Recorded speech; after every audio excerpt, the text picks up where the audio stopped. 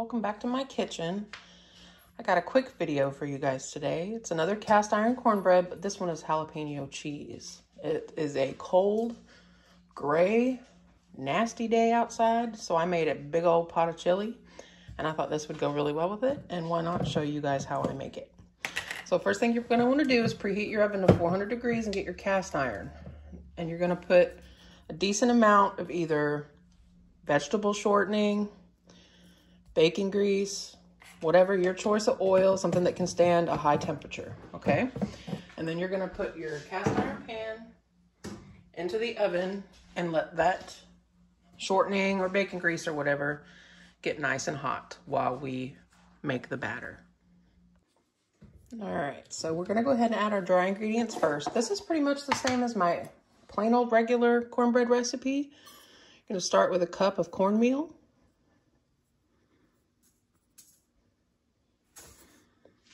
And you're gonna add a cup of all-purpose flour to that.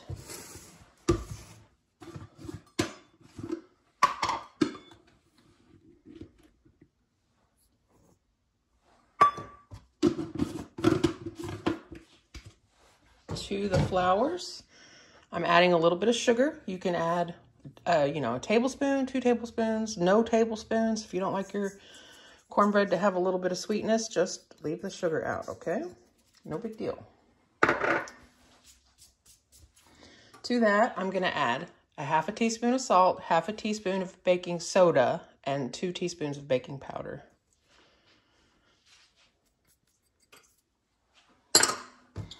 I'm just gonna kind of mix this together.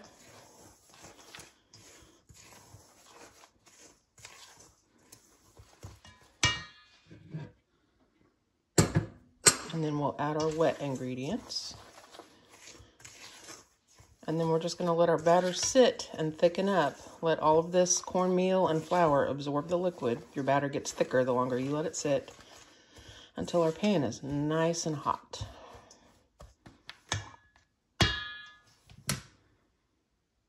Okay, to your dry mixture, you're gonna add half a cup of softened butter. You don't really want it to be hot because you don't want it to scramble your eggs when you mix those in. So you can just toss it in the microwave and then let it cool off.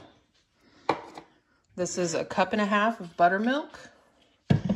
As I've said in previous cornbread videos, if you do not have buttermilk, just use regular whole milk and add a little bit of vinegar to it, a couple tablespoons of vinegar. Just let it sit and that will thicken that right up.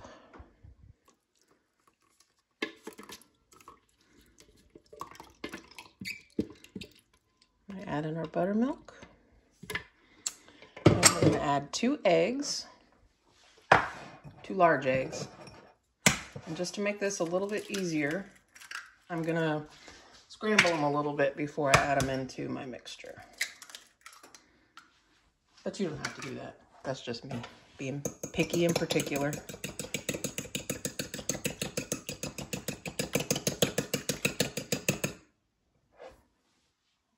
In with our eggs. And then we're just going to gently stir this. You don't, as I've said, you don't want to mix your cornbread too much. It'll make your batter give you a very dense, kind of dried out cornbread. And to this cornbread batter,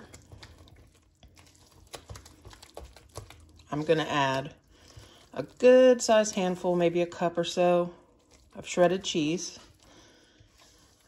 Use whatever cheese you like. I have a combination of cheeses today. It's just what I had left over in the fridge. I think it is Colby Jack and sharp cheddar. I'm gonna add most of this cheese, not all of it. I'm gonna save some for the top of my cornbread. And then this is 2 large jalapenos that I seeded and diced up. We're gonna save that for the top. So just kind of fold this in.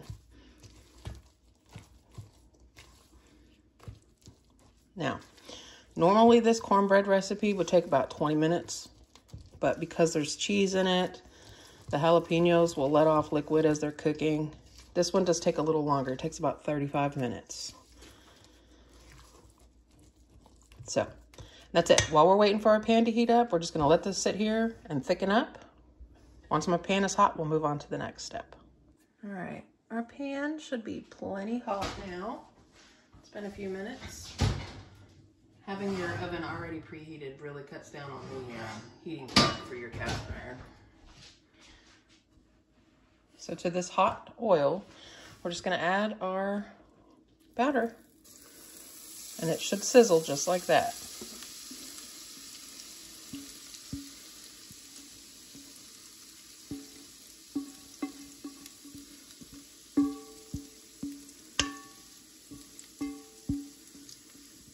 We're gonna top it with the rest of the cheese that we held back over there.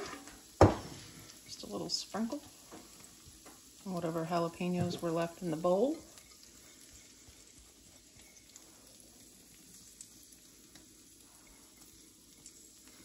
And then we're gonna put this back in the oven, 400 degrees, for about 35 minutes. I'm gonna check on it at 30. You can just use a toothpick. If it pulls out clean, your cornbread is done. It should be nice and toasty on top. And I'll show you what that looks like.